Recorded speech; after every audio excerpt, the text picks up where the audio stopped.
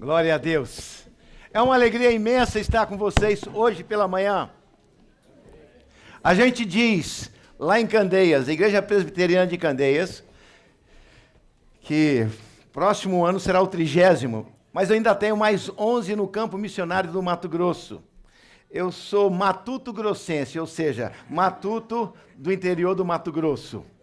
E é com muita alegria que eu me encontro aqui nesta manhã. Feliz por demais. Antes de começar, eu gostaria de dizer o seguinte: vocês precisam sedimentar a fé de vocês. Sedimentação é como se fosse pavimentação asfáltica, camada por camada. Então nós precisamos de sedimentar a nossa fé. O caminho do justo é como a luz da aurora, que vai brilhando mais e mais até ser dia perfeito. Pensando nisso, precisamos de bons livros. Isto aqui é do reverendo Paulo Júnior, Borges Júnior, lá de Uberlândia, fundador do Sal da Terra. Ele é um filósofo cristão. Nós somos amigos há 50 anos. Veja como eu estou velho. Não, nossa família... Há 50 anos, nossa família é muito junta uma à outra. Uma consciência de identidade, natureza e função na vida da igreja. A ideia é, como disse a Raquel, seus filhos têm que espelharem a glória de Deus. Nós temos que espelhar a glória de Deus. O evangelho tem que chegar de tal monta em nossas vidas que sejamos a mensagem encarnada. O que significa cristãos? Cristozinhos. E o Verbo se fez carne e habitou entre nós. E o Verbo se fez carne em vocês e habita no Canadá. Vocês são a mensagem encarnada, assim como Cristo é a mensagem encarnada de Deus. Aleluia. Portanto, o Evangelho tem que ser encarnado em nós. Assim como Luca, filho do Nasson. Luca, estou muito feliz. E crianças, meninos e meninas, vocês são heróis para nós. Esse livro aqui é de um homem que ministrou aqui chamado Larry Crabb. Ele era um filósofo e ele foi estudar o cristianismo para combater o cristianismo e se converteu. Larry Crabb, ele escreveu um livro com firmeza e ternura sobre a liderança masculina. Mas ele escreveu esse livro também, O Lugar Mais Seguro da Terra. O lugar mais seguro da terra é onde Deus está. Deus está na sua igreja e na sua casa. Esse livro é do Guilherme, meu filho, fundador da Somos a Ponte. É uma igreja de um perfil de vanguarda para alcançar essa geração. Ele falou sobre suicídio e depressão. Onde entra Deus nessa história? É do meu filho Guilherme. E falando com César, falando com Henrique, falando com os irmãos, eu disse que nós temos que sedimentar a nossa fé. A nossa fé tem que ser pavimentada. Camada por camada. Vocês já viram como se faz uma estrada asfáltica? Vocês sabem como tem que ficar compactado. Ou seja, lâmina por lâmina de produtos que vão dando sedimentação. E quando jogar o asfalto, ele dali não sai. É assim, a nossa fé precisa de ser sedimentada. Por isso que precisamos da palavra de Deus e de bons livros firmados na palavra de Deus. Uma das melhores coisas que já aconteceu nos últimos anos foi a volta do catecismo. Quem fez Igreja Católica conhece o catecismo da Igreja Católica, também na Igreja Anglicana, então assim por diante. Nós temos vários catecismos, que Heidelberg, né? E assim por diante, não vamos falar sobre isso. Mas o breve catecismo de Westminster tem 107 perguntas e respostas, e este aqui tem 52. Catecismo da Nova Cidade, já falei com o pastor Henrique e já falei com César, vocês têm que buscarem isso. inclusive em inglês, eu não sei se tem em francês. Tem musiquinha para cada pergunta e resposta. Nós, no próximo ano, lá em Candeias, nós vamos usar o ano inteiro. São 54 semanas no ano, vamos seguir 52 perguntas. Ou seja, para cada semana, uma pergunta. É uma pergunta e uma resposta simples e um texto bíblico que dá suporte a isso. Aí um comentário de um antigo da igreja, um pai, um teólogo da igreja e um atual. Portanto, eu peço para vocês têm que sedimentar a fé. Eles sabem as coisas, eles têm temor ao Senhor. O Espírito Santo está trabalhando nas meninas e nos meninos aqui, mas eles precisam de sedimentação. Nós e eles. Imagine, cada semana a gente lê só uma perguntinha e memorizar esse versículo. E em inglês tem musiquinhas para cada uma das... Vocês estão entendendo?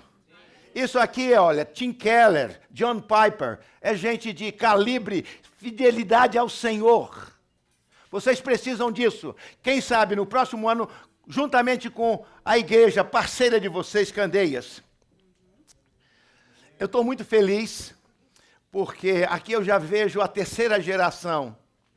Eu vejo a Deizinha, os pais dela são ovelhas, ela foi minha ovelha lá em Candeias, também o seu esposo. É tão importante a gente saber que Rubem está aqui. E nasceu essa princesinha que eu carreguei no colo e a consagrei ao Senhor. Assim também como o Mateus, não é isso? Cadê ele? Já vazou. Está ali trabalhando. Os pais dele, lá de Candeias, imagina, eu sou pastor dos pais da Deis, da mãe de Rubem, e há um mês atrás nós estávamos juntos no sepultamento dela, mas ela marcou a história. E agora tem a terceira geração, Estherzinha. Aqui também nós temos o Tiago e a Bruna, pastor dos pais dela, pastor dela, e também consagrei aquela menina bonitinha lá dos olhos. O galego ainda não, mas ainda vai dar tempo.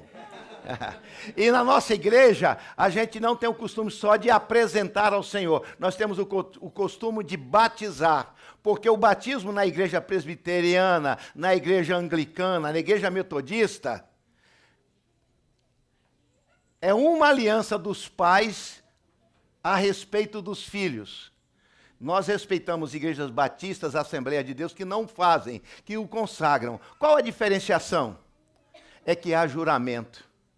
No batismo, os pais entram em aliança com Deus, fazem pacto com Deus de criarem os seus filhos para o Senhor. É sobre isso que a gente vai falar nessa manhã.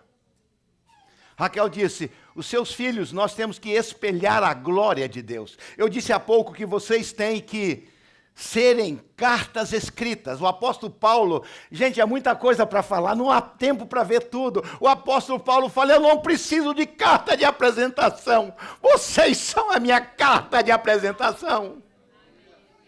Nós temos que ser isso. Por que é que você veio para o Canadá? Por que você veio? Você veio para dar o melhor para a sua família, para você se realizar profissionalmente. Mas você não veio para o Canadá para isso. Você veio para o Canadá para espelhar a glória de Deus aqui. E há uma conexão especial com Quebec.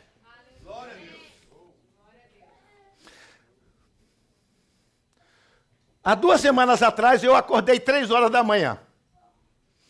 E quando eu acordei 3 horas da manhã, me veio o título de um livro, de uma tese ainda não desenvolvida.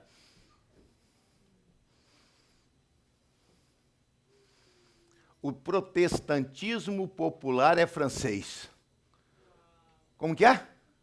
O protestantismo popular é francês. Mais 2 vezes. O protestantismo popular é francês. Terceira vez. O protestantismo popular é francês.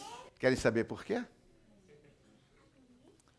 Na última viagem a Israel com minha esposa, com um grupo, nós ficamos enganchados na França, onde temos lá parceria com igrejas francesas. Através da nossa parceria com igrejas francesas, ajudamos a missão, hoje já uma igreja forte no Níger. O Níger é o pior IDH das Nações Unidas, por cima da Nigéria. E lá fomos... A história é cumprida. e em parceria com a igreja francesa, nós ajudamos a dar formatação a uma igreja autóctone, que hoje já é independente, que já manda missionários no Níger, é um país muçulmano. E estávamos, portanto, na casa da nossa missionária, uma das nossas missionárias, que estava na Nigéria e agora casou com um pastor, um presbítero engenheiro lá em Troyes, na França, na terra da Champagne. E lá nós estivemos ali, fomos para o sul, para Savena, no sul da França. E à direita você tem os Alpes suíços, Genebra, e do outro lado você tem os Pirineus, do norte da Espanha. Então, naquele enclave do sul da França, foi onde nasceu o protestantismo popular. Como assim, pastor? Em 1170, um empresário se converteu, o nome dele era Pedro Valdo. Ele começou a pregar o evangelho, mas ele pegou toda a sua riqueza para investir no reino de Deus, em pregadores, em missionários e copistas da palavra, lembrando que a imprensa só surgiu no século XVI.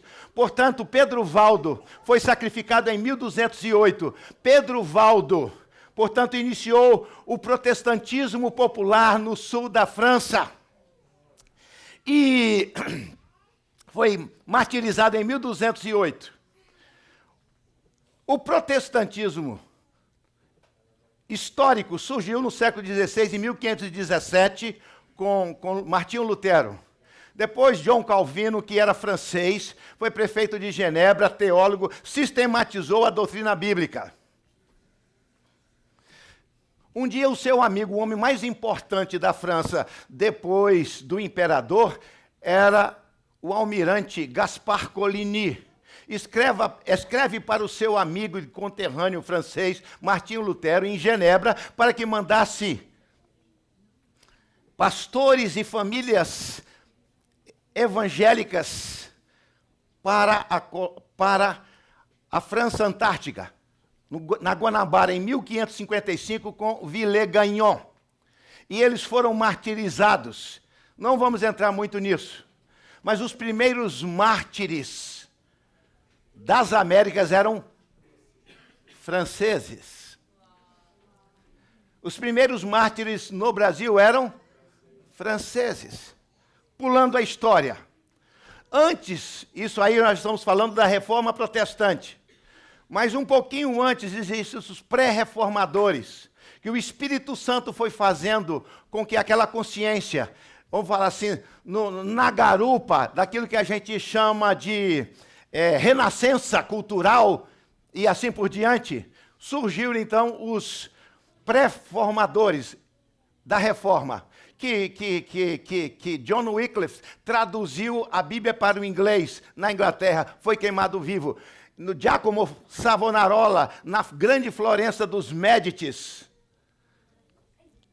foi-lhe oferecido pelo Papa o posto cardinalício, ele não quis. Ele falou assim: o único chapéu vermelho sobre a minha cabeça, como um dos cardeais, será do meu morto. Foi morto, portanto. E na Boêmia, ou República Tcheca, em Praga, o professor da universidade, Jan Hus, também foi queimado vivo. Então, existem os pré-reformadores. O Espírito Santo, ele visita gerações e tempos da história da humanidade. Deus está no controle do mundo. Amém. Mas onde é que surgiram os pré-reformadores e a reforma? Nos monastérios ou mosteiros e nas universidades. Mas eu estou falando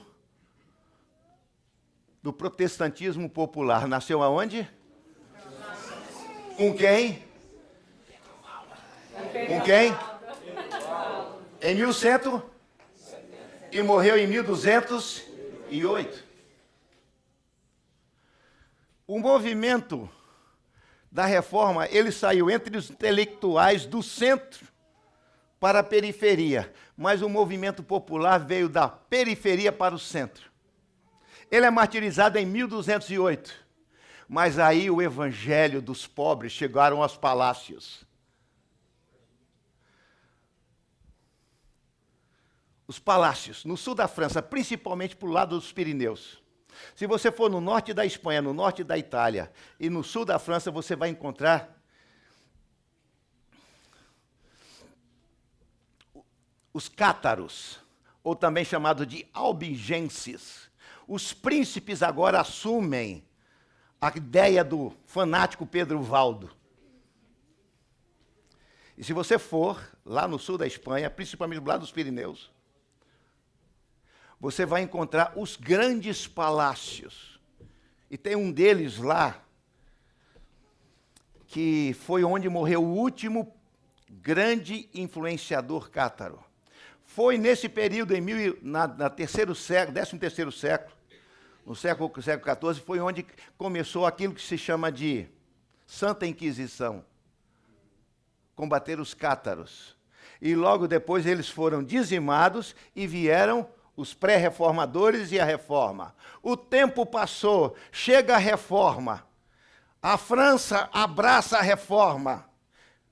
E eles foram perseguidos. E a França evangelizou toda a Europa. O Reino Unido, Inglaterra, Escócia, e assim foi, as ilhas, e também foi para a Dinamarca, Noruega, Suíça, e Finlândia, e foi indo para cá, lá para a Bélgica, para a Holanda, e assim, por causa da perseguição, eles evangelizaram o mundo. Mas numa só noite, a noite de São Bartolomeu, mataram 80 mil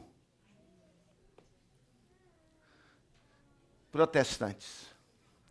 A igreja que mais sofreu no mundo ocidental de perseguição foi a francesa. E o protestantismo popular é a primeira vez que eu estou pregando isso. É aqui. E vocês vieram para onde? Para que província? Qual a língua principal? Por que vocês vieram para cá? Aleluia! Para, como disse a minha esposa, seus filhos, para refletirem a glória de Deus. Deus conta com seus filhos para isso. Basta vocês cumprirem, porque Deus já determinou, já prometeu a vocês que os seus filhos lhe pertencem. Portanto, cumpram a tarefa. Porque o pacto do Senhor é familiar. Digam 3 vezes.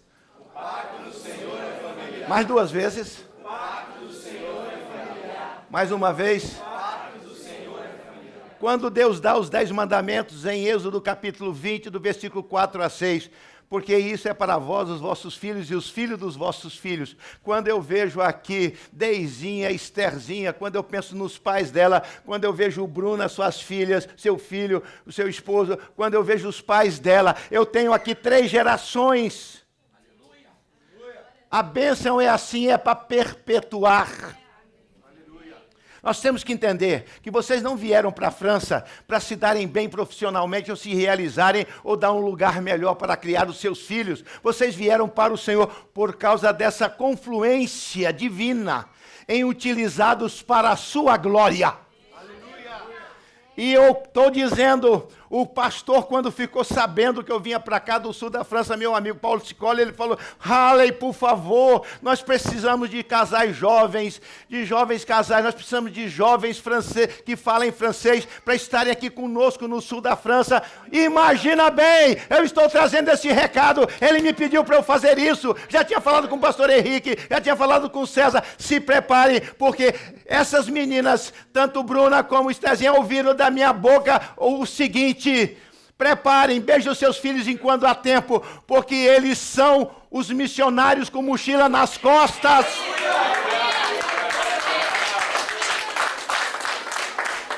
Está sendo preparado para a terra da Bas, não é isso? A família dela conheceu o evangelho, ela aprende francês. O Pedrinho, um menino arrimo de família, de uma família disfuncional, é da nossa igreja e fez a universidade e estudou Palavra da Vida e agora está fazendo um curso de missiologia com ênfase a sistema de computação. Eu já disse a ela que o objetivo é mandar Pedrinho lá para Marrocos. Imagina o que Deus está fazendo. Pense, olha aqui você em mim, olha aqui para mim, olha aqui para mim. Pense no que Jesus tem para vocês. Você sabe disso, Luca? Os nossos filhos pertencem ao Senhor. Vocês estão aqui para os propósitos do Senhor. O Senhor tem derramado bênçãos sobre a vida de vocês. E bênçãos maiores virão. Mas por que vocês estão no Canadá? Por que vocês estão em Quebec? Porque Deus tem propósito nisso. Não é para comprar uma casa melhor, não é para comprar um carro melhor, não é para dar a melhor escola aos filhos. Vocês estão aqui para a glória de Deus. A Raquel disse muito bem, os seus filhos têm que espelhar a glória de Deus. Vamos abrir a palavra em Josué 24. O povo tinha passado 40 anos de deserto. Moisés já tinha morrido há um bom tempo. E agora, a liturgia da renovação da aliança. Ali Josué erege o 7º altar em Siquém. E a liturgia preparada por Moisés para que isso ocorresse nesse dia, quando ele erigiu o 7º altar em Siquém, onde descansou o tabernáculo, e ele se despede do povo. Ele segue a liturgia deixada pelo reverendo Moisés. Onde é que está a liturgia do culto de renovação da aliança na posse da terra prometida? Deuteronômio. O que é Deuteronômio? Literalmente no grego é a segunda lei. Mas na verdade era a liturgia do culto, deixado pelo reverendo Moisés ao seu pastor auxiliar, Josué, que quando chegassem em Siquém, onde estaria lá o tabernáculo, presença do Senhor, erigiu o 7º altar. E aqui ele está com 110 anos. Portanto, nesse ambiente, ele diz o seguinte, Josué 24, versículo 14 e 15. Josué 24, versículos 14 e 15. Agora, portanto, temei ao Senhor e servi-lo com integridade. Josué 24, 14. Agora, portanto, temei ao Senhor e servi-o com integridade e com sinceridade. Lançai fora os deuses aos quais serviram os vossos antepassados do outro lado do rio e no Egito, e servi de coração a Yahvé, ao Senhor. Versículo 15, Josué 24, 15. Porém, se vos parece mal servir ao Senhor, escolhei agora quem quereis servir. Se as divindades às quais serviram vossos antepassados, além do rio Eufrates, na terra da Mesopotâmia. Aqui está falando dos pais de Abraão. Ou aos deuses dos amorreus, que cuja terra habitais, escolhe hoje a quem sirvais. Eu e minha casa serviremos ao Senhor. Esta casa é minha casa, nós é... Como que é esse negócio aí? Como que é? Vamos cantar? Esta casa é sua casa, nós deixamos ela para você. Jesus. Mais duas vezes. Essa casa é sua casa, nós deixamos. Vocês estão fazendo isso. Vocês estão fazendo isso, vocês estão fazendo isso. Mais uma vez, entendam. Essa é a razão porque vocês estão no Canadá. Porque vocês estão no Quebec. Para estabelecer a casa do Senhor. Vocês são a casa do Senhor. Mas vocês estão aqui para construir o grande tabernáculo de Deus. Aqui no Quebec, no Canadá e no mundo, Canadá e no mundo inteiro.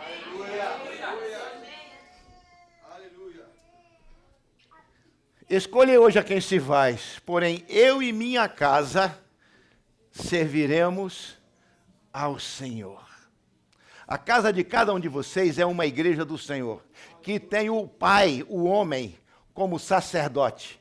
Se por acaso ele for moloide, a mulher pode assumir a responsabilidade de sacerdotisa, mas o sacerdócio é para macho.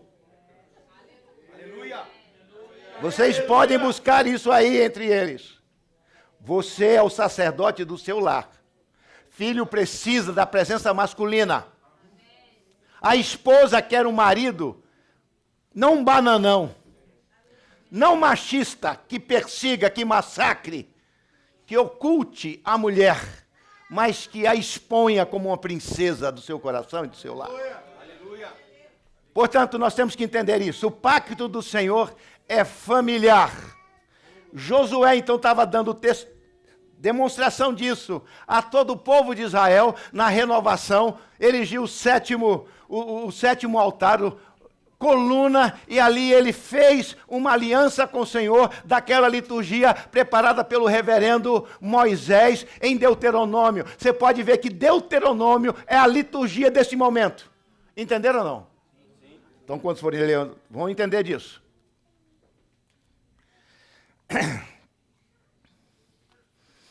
Agora vamos para Josué, vamos para Juízes. Versículo 6. Nesse contexto, Juízes 2:6. Então Josué se despede do povo. Nós vimos lá Josué 24:15.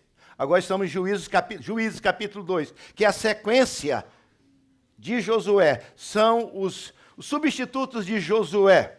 Então, Juízes 2:6. Olha aí. Depois que Josué despediu os israelitas, eles saíram para ocupar a terra, cada um para a sua herança. O povo prestou culto ao Senhor durante toda a vida de Josué e dos líderes que sobrevieram a Josué e que tinham visto todos os grandes feitos do Senhor em favor de Israel. Josué, filho de Nun, servo do Senhor, morreu com a idade de 110 anos. Foi sepultado na terra da sua herança em Timnat-Heres, nos montes de Efraim, ao norte do monte Gaás. Depois que toda aquela geração foi reunida a seus pais, morreram, surgiu uma nova geração que não conhecia o Senhor e o que ele havia feito por Israel. Como perpetuar a bênção aos seus filhos, aos seus descendentes? Eis a questão. Como perpetuar a bênção aos seus filhos, aos seus descendentes?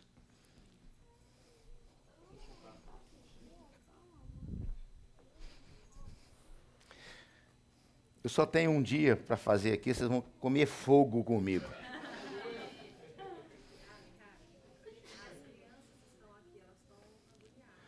Mas ela aguenta o ripuxo, não tem jeito não. Vão aguentar.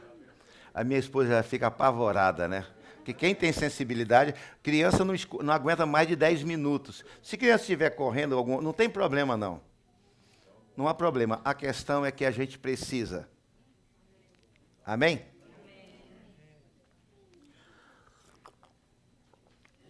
Como perpetuar a bênção do Senhor aos nossos filhos e aos nossos descendentes?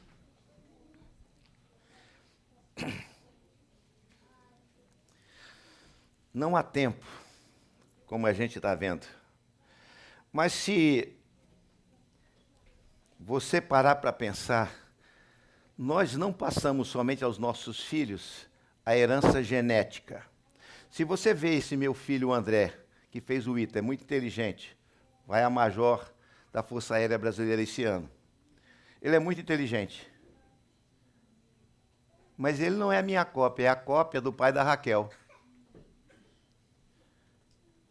Ele teve, então, a herança geracional. A gente pode deixar a herança espiritual abençoadora ou amaldiçoadora? Que tipo de herança você vai deixar para os seus filhos? O fruto do trabalho de suas mãos, casa boa, carro bom, escola boa? Qual é a herança que você quer deixar para os seus filhos? herança geracional abençoadora ou amaldiçoadora. Aqui nós vemos 3 gerações mencionadas em Juízes. A geração de Josué, a geração que nasceu no deserto e a terceira geração que tomou posse da terra. A terceira para a quarta geração já tinham se desviado da aliança do Senhor. A aliança de Deus começa em Gênesis 3,15, a promessa da graça, ainda no jardim do Éden, desobediência de Adão e Eva, que o descendente da mulher, Jesus Cristo, esmagaria a cabeça da serpente. Ali já estava a graça e a pessoa de Jesus Cristo, o descendente da mulher. No capítulo 12, Deus chama Abraão do Ur dos Caldeus, lá na Mesopotâmia, e ele vem para a terra prometida. Então Abraão vem, e Deus chama Abraão no capítulo 12 de Gênesis, no capítulo 15 de Gênesis, Deus renova a sua bênção com Abraão, a promessa de Deus, a aliança de Deus de sangue com Abraão, quando eles matam um animal e Deus e Abraão passam por entre as partes do animal, ali era a aliança de sangue do Senhor com Abraão. Capítulo 17 e capítulo 22, a promessa, o sacrifício de Isaac. O sacrifício de Isaac era um teatro da realidade comprometida de Deus agora com Abraão e a sua descendência. Isso está no capítulo 12, capítulo 15, capítulo 17, capítulo 22 de Gênesis. Isaac, filho de Abraão, Jacó, filho de Isaac, neto de Abraão, vão para o Egito. No Egito passam 430 anos. É uma multidão de mais de 2 milhões de pessoas. E Deus manda o libertador, Moisés. E assim Moisés tira o povo. Depois que eles atravessam o Mar Vermelho, chegam no Sinai. No Sinai, capítulo 19 de Êxodo. O dia é diferente, o dia não amanhecia. Parecia o inverno aqui de Quebec. Só que amanheceu diferente de tudo. E espocava, era trovão, era relâmpago. E o Monte Sinai parecia um soufflé.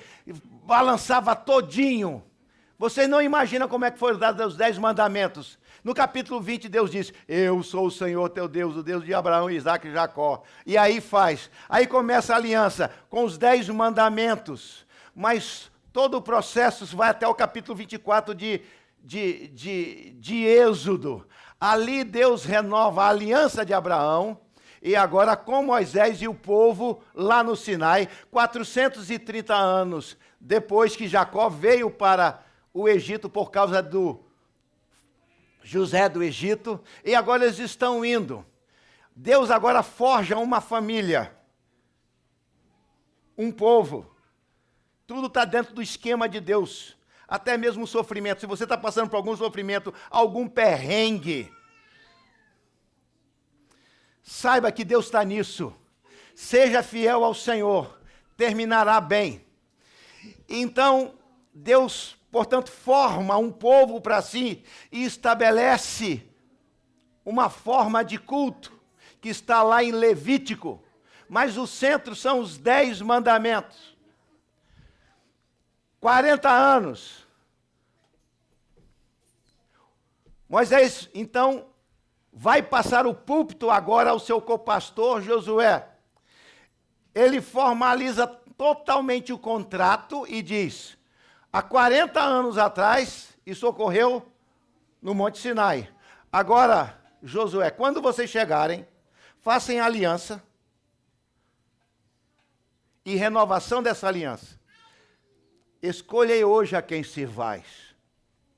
Porém, eu e minha casa serviremos ao Senhor. Então, isso aqui é depois de toda a leitura de Deuteronômio.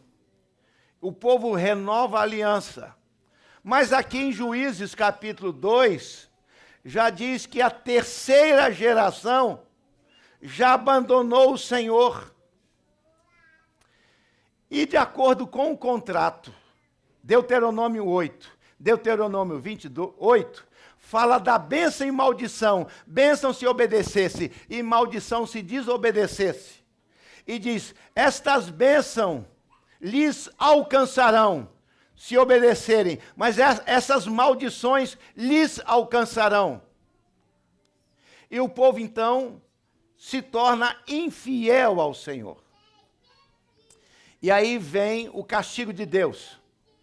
O desterro para a Síria, das 10 tribos do norte. E depois, em 587, terceira investida de Nabucodonosor, destruição de Jerusalém. E Deus disse, 70 anos de cativeiro. No capítulo 29 de Jeremias, ele estava em Jerusalém com os teimosos, mas manda uma carta, orai pela paz da cidade, porque na sua paz vós tereis paz. Eu que sei que pensamentos têm a vosso respeito, pensamento de paz, para vos dar o bem. Assim, vocês sabem, capítulo 29.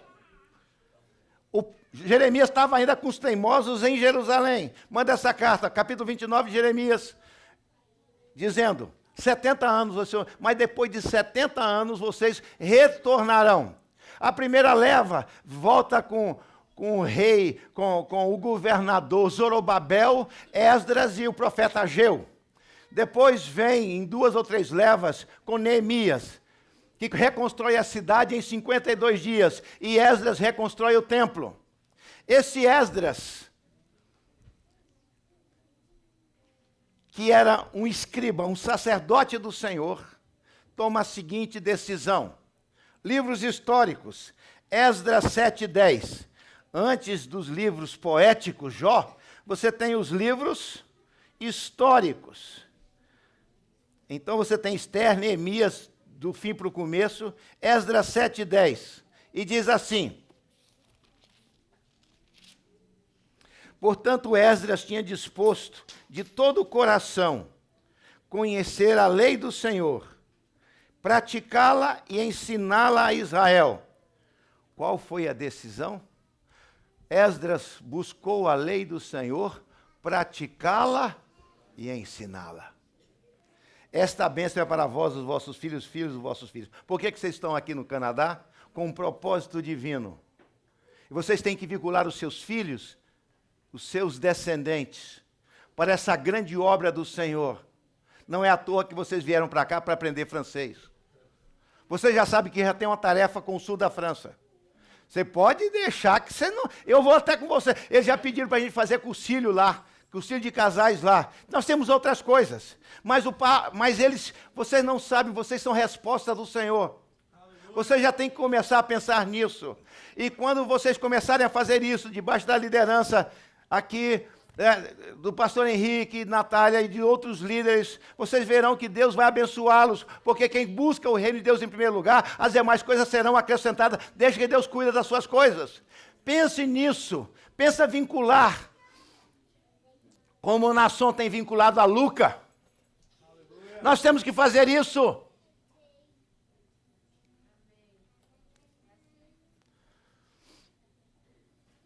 Você sabe que Deus quis matar Moisés?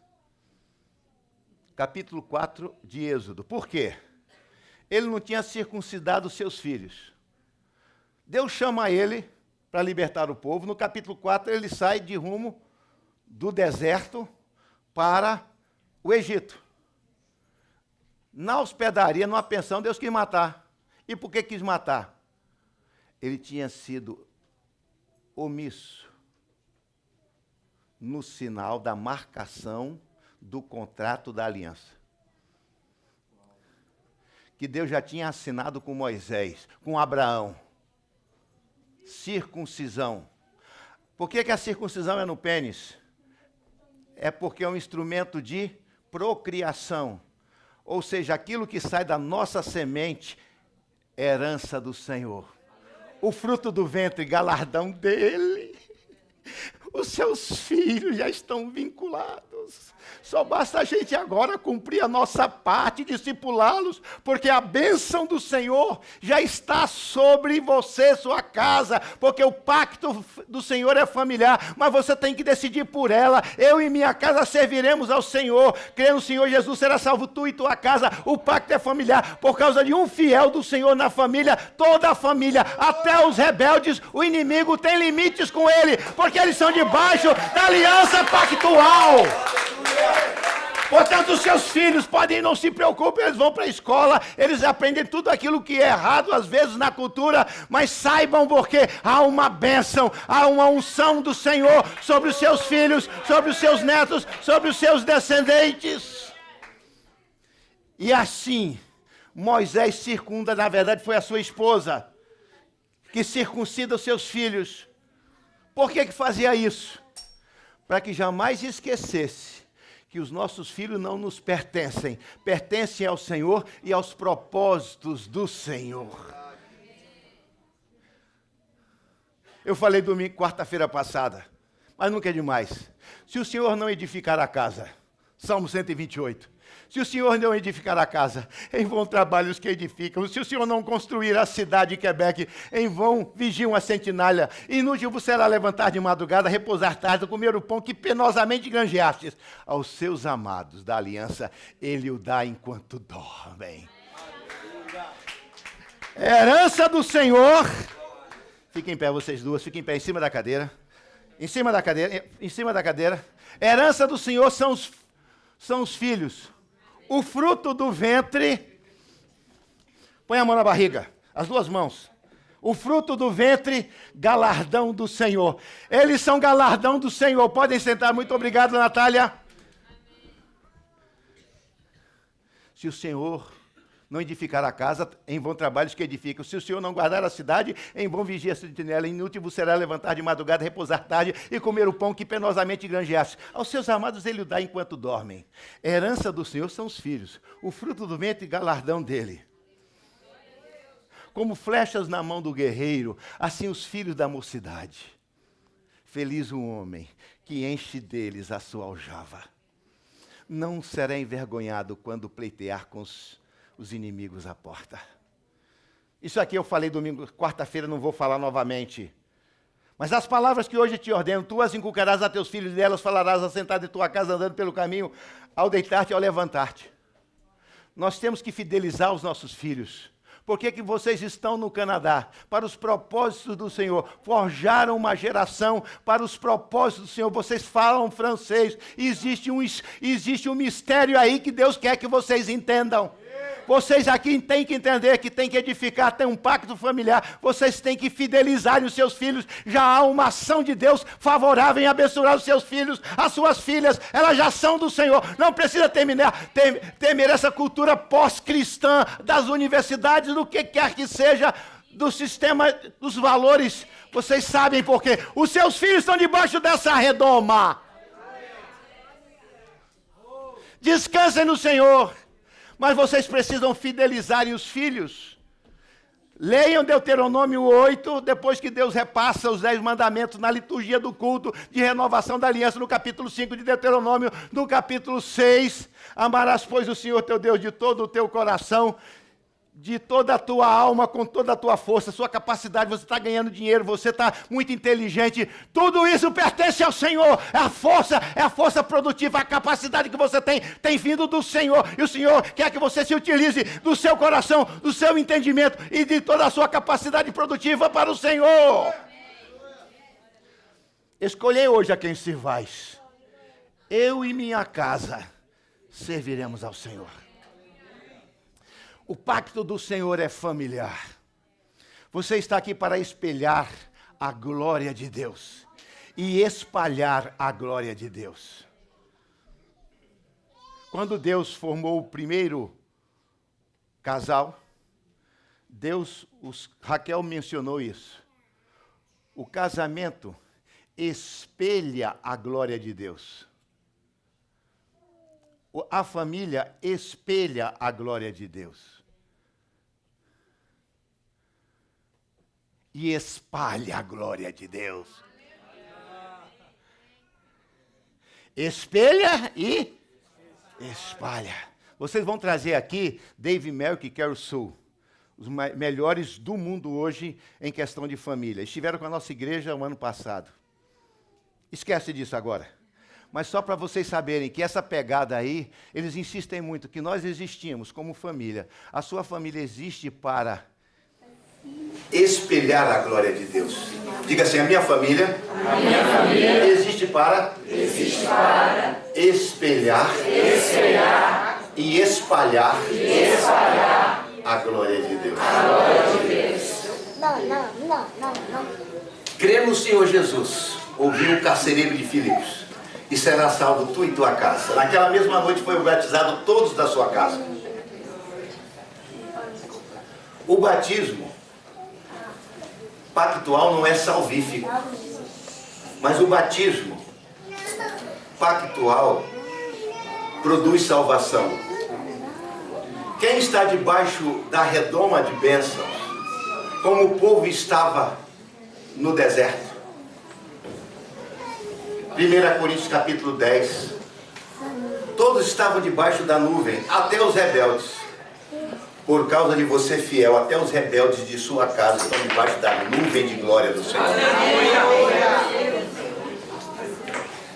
E se você é o arrimo de sua família, ame a sua família.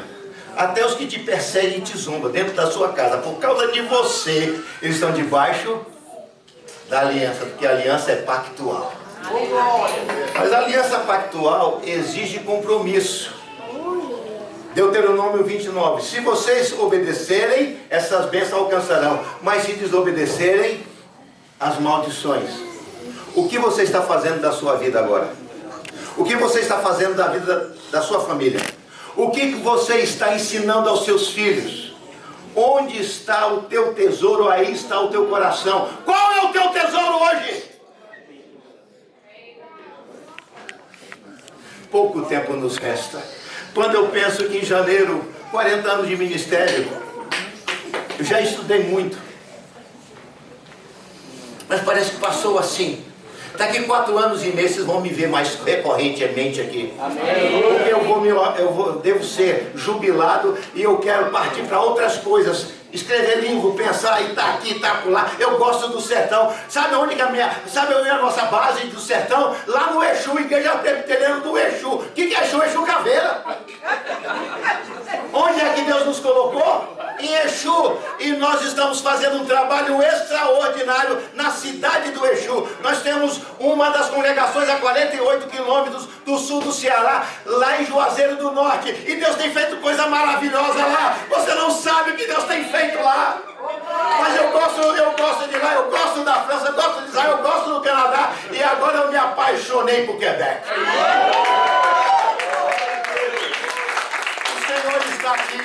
Grandes coisas o Senhor ainda fará aqui através de vocês. Vocês têm que entender qual o propósito de vocês estarem aqui. Coisas novas virão. A vida nossa é feita por etapas que a gente chama de ciclos. A cada 7 anos a gente muda de ciclo. O nosso contexto muda, nós mudamos, quem está perto de nós muda. Mas para cada ciclo Deus tem uma pegada. Amém. E vocês estão num ciclo agora juntos. Aleluia. Há grandes coisas de Deus para a vida de cada um de vocês. Amém. Mas se você fala, mas é só eu lá em casa, o pacto do Senhor é familiar. 1 Coríntios 7,14, que a mulher incrédula é santificada pelo marido crente.